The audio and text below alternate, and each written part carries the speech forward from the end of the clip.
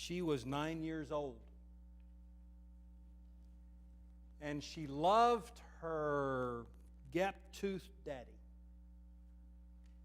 It was midway through the 1940s, not long after the war. It was the rural South, and this beginning of the post-war boom had not yet reached out to the tar and gravel roads of the small southern towns. And her daddy was a dreamer, a genuinely funny and likable man. He was a partner in a local clothing store. He would take her down there, take her for rides, bought her ice cream. She would work in the store, and he would rub her feet at the end of the day. He was the front man for the store. He was the salesman. He was the one who would go out and travel beyond the boonies and sell to the even smaller places at the crossroads. He was Willie Loman before Arthur Miller, in Death of a Salesman, invented Willie Loman. When she was 9 years old, her mother took her down to the store when her father was out on one of his trips. And her mother put a message in her little 9-year-old mouth and told her to go into the store and give that message to the woman behind the counter. Mama says you're fired and to leave my daddy alone.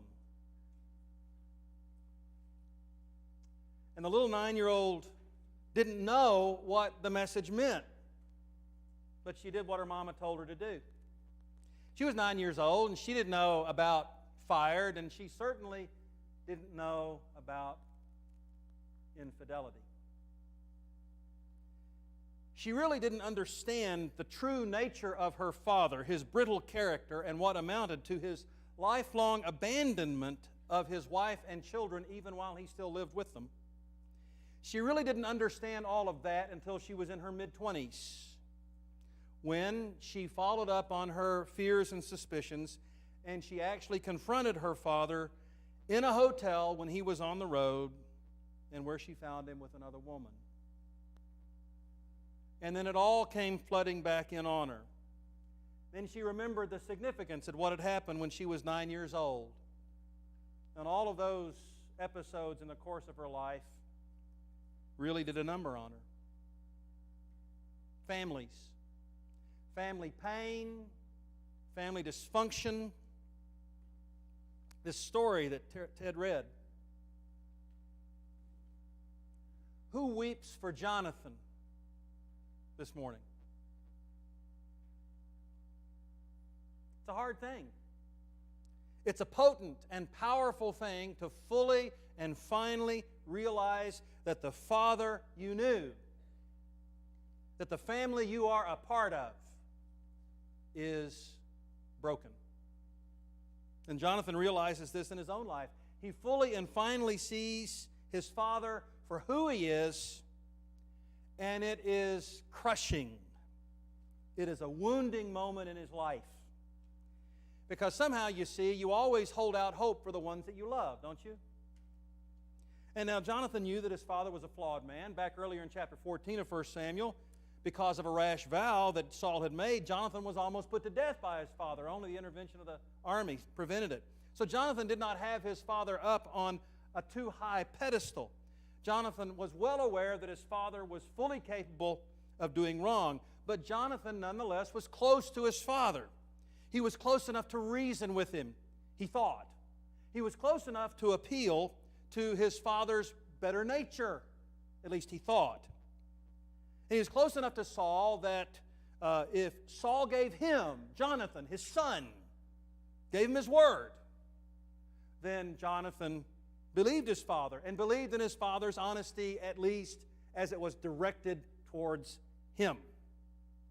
Because you see, back in just the previous chapter, Saul had wanted to kill David in chapter 19. And it was Jonathan who confronts his father for his sin in wanting to kill an innocent man. And at least at the time, Saul relented. And he promised Jonathan, even took an oath in the name of God, as the Lord lives, he told Jonathan. David shall not be put to death. And for Jonathan, his father's oath promise, that was good enough. But you see, we are the onlookers. We're the spectators in this family disaster we've been witnessing in Saul's house. And even if Jonathan doesn't know, at least we who have been reading along in this story, we do know that Saul is fatally broken. That any vow that Saul makes isn't worth the breath that it takes for Saul to make it. And we don't really see Jonathan anywhere on the scene after that confrontation with his father in chapter 19. But we do know that Saul almost immediately breaks his promise and reboots his manhunt for David. So in the text that Ted read, you see David finally coming to Jonathan. And the real, the unvarnished and unsanded truth about Saul finally comes out. And you almost get the sense that David is having to persuade Jonathan. And this has to be hard. I mean, because all of us, we all hold out hope for the ones that we love. And even in the face of mounting evidence, we hold out hope for the ones we love. And then, two, you almost get the sense that Jonathan here wants to persuade David. David, no, you got it all wrong. No, my father made me a promise.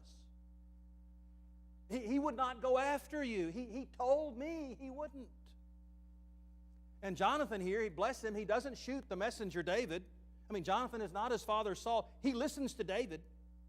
And even if Jonathan is, at least initially, he's not fully convinced about Saul wanting to kill David, nevertheless, Jonathan is convinced that David believes this.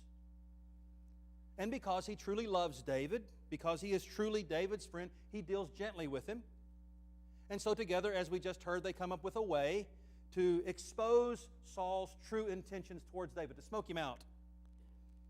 And if you remember the text and follow along, Jonathan's not half-hearted about this. He doesn't just kind of pat David on the head and, humor him. Jonathan knows that their plan to smoke their father out is dangerous for him, even if he is the king's son. But he does it anyway. Jonathan, in the plan, accepts actually the greater risk of having to deal with Saul in the moment. So they carry out their plan, as we read. And then the real moment of truth, the moment of tension in the drama, where the dark secret is exposed and the terrible truth is told. That moment is found in between verses 30 and 34 in our text. And it is as painful a moment that you will find in all of literature. In William Shakespeare's Macbeth, it's the refrain, all that is fair is foul, and all that's foul is fair. And Macbeth kills his friend, Banquo. In Arthur Miller's play, Death of a Salesman, it's when Biff Loman coughs up the memory of finding his father in the hotel with another woman. In Tracy Letts' August Osage County, it's that moment of awful clarity when the older daughter, Barbara, realizes that her mother really could have prevented her father's death. In 1 Samuel 20, it's the moment of shattering honesty between an honest and noble son and a lying and wicked father. And Jonathan just absorbs it all. In verse 34, and Jonathan rose from the table in fierce anger and ate no food the second day of the month, for he was grieved for David, because his father had disgraced him. Now, the scholars and those who study these things, they're kind of at a quandary here with this verse, because we can all understand that Jonathan is grieved for David. I mean, Jonathan knows, he now realizes the true peril that David faces. And grief here, it's a strong word, it's an emotional word, it's a way of saying Jonathan was sick in his gut over David. He was sick in his gut over the hostility and the anger and the danger that his father was capable of.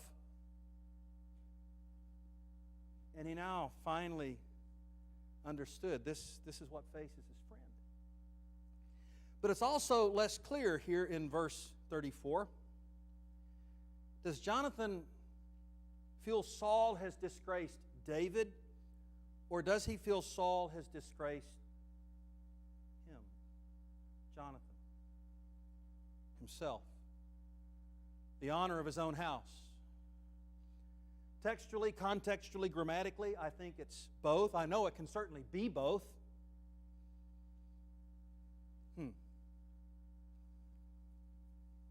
By all accounts, Richard Nixon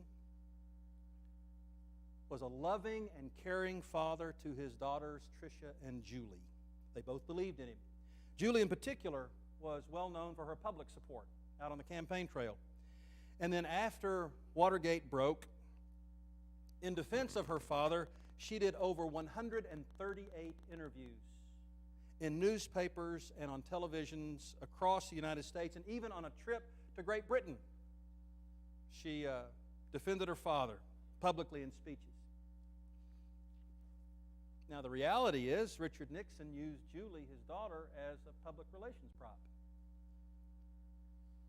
She was out there publicly defending him against charges that he knew to be true at the time she was doing it, and he still let her go out.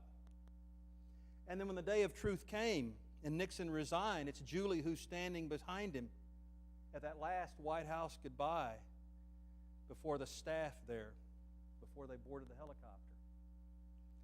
Now, that kind of hard truth, that's a hard truth to swallow for the child of a powerful man, and it's a hard truth to have to swallow in full view of everyone.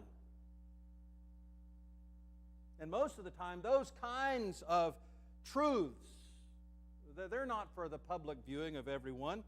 I mean, when you finally learn that your father has financially blown up the family business through a lack of integrity, and now you and your family are out on the streets, that's hard to take. When you may learn that it truly was your mother that had the affair with the pastor, the local pastor, and now there's scandal and you can't go down to the mall, it's hard to walk through the streets, you have to leave the church, and it's just painful.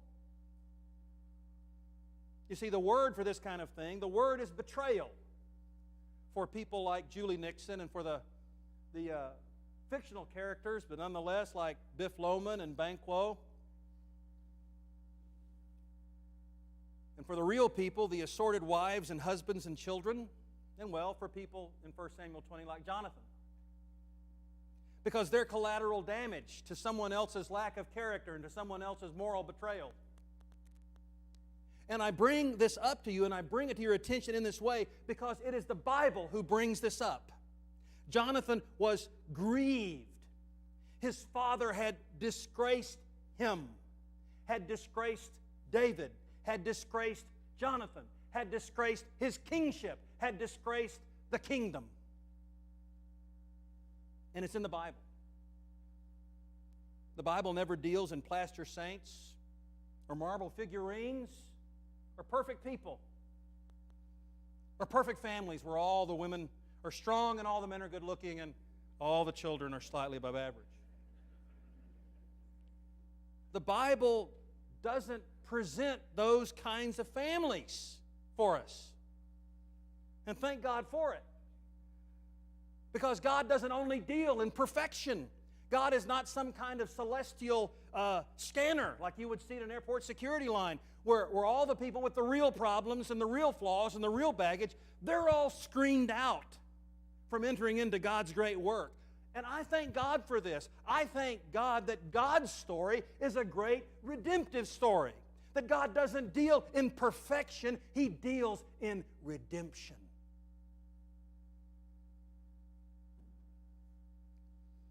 Jonathan never does leave his father. Even after David and Jonathan part here, even up to the day of his own death, Jonathan is still staying with his father. He doesn't agree with him, but he doesn't leave his father and join David. In fact, at the very end of his life, you'll find him dying at his father's side as they're together fighting the Philistines. So I began by asking, who weeps for Jonathan? Well, I can tell you who.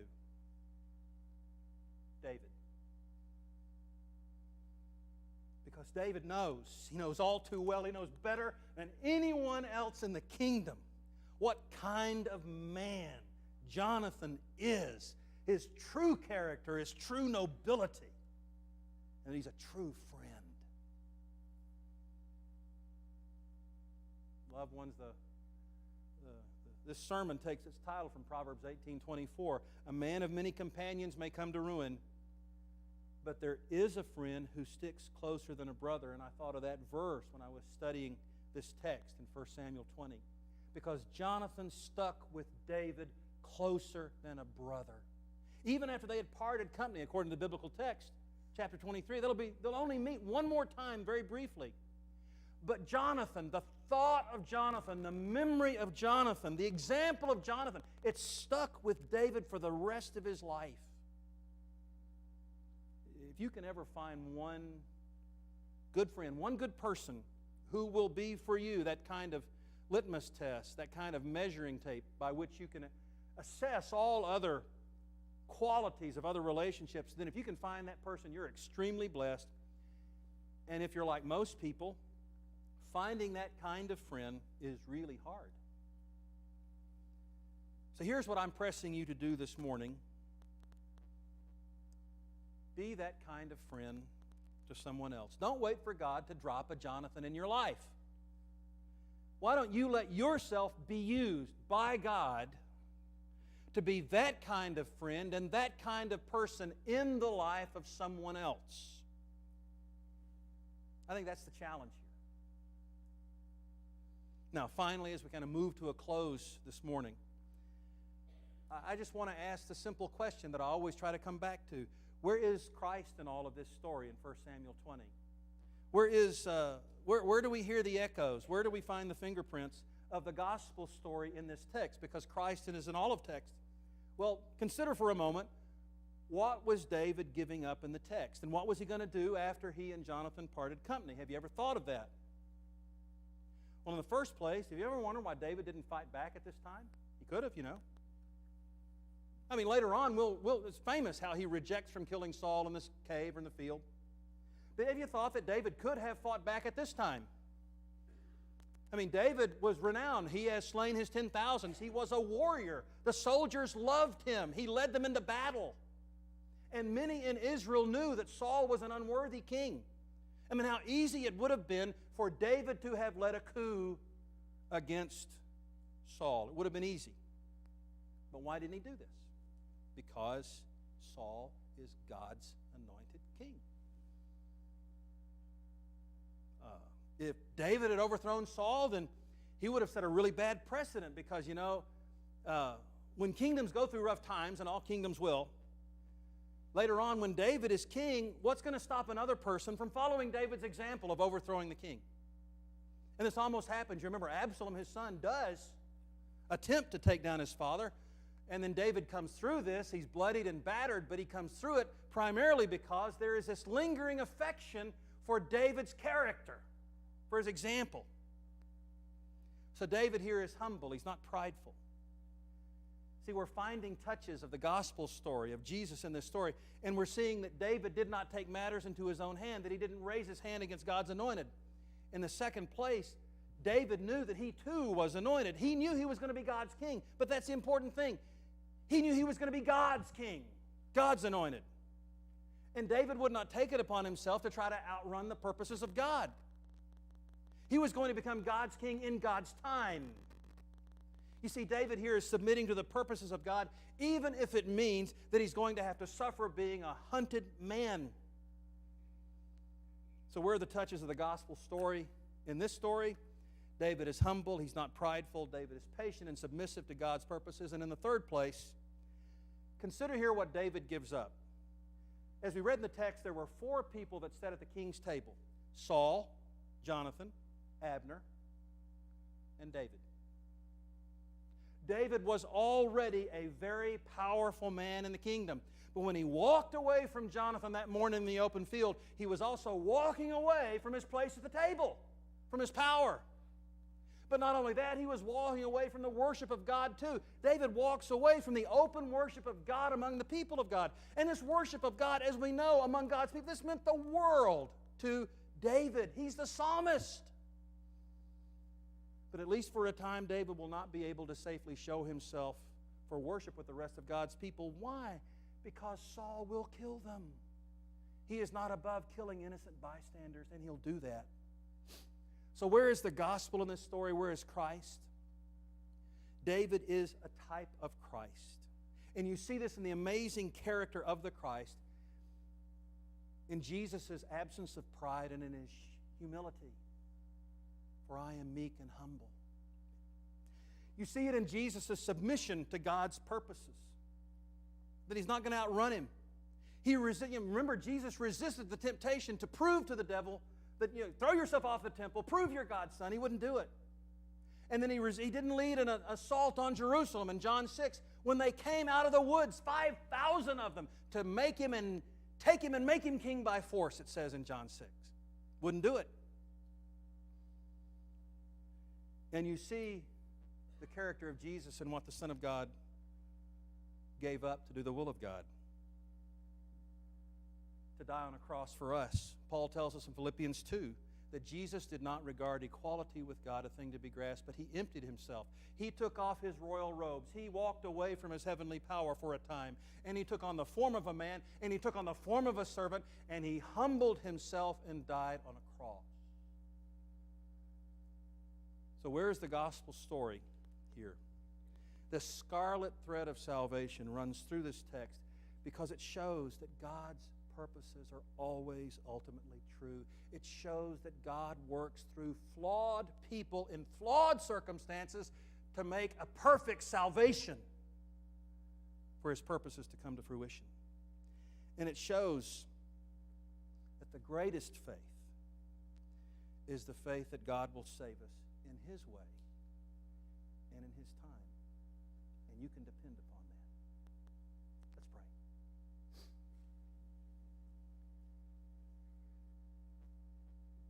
Oh God,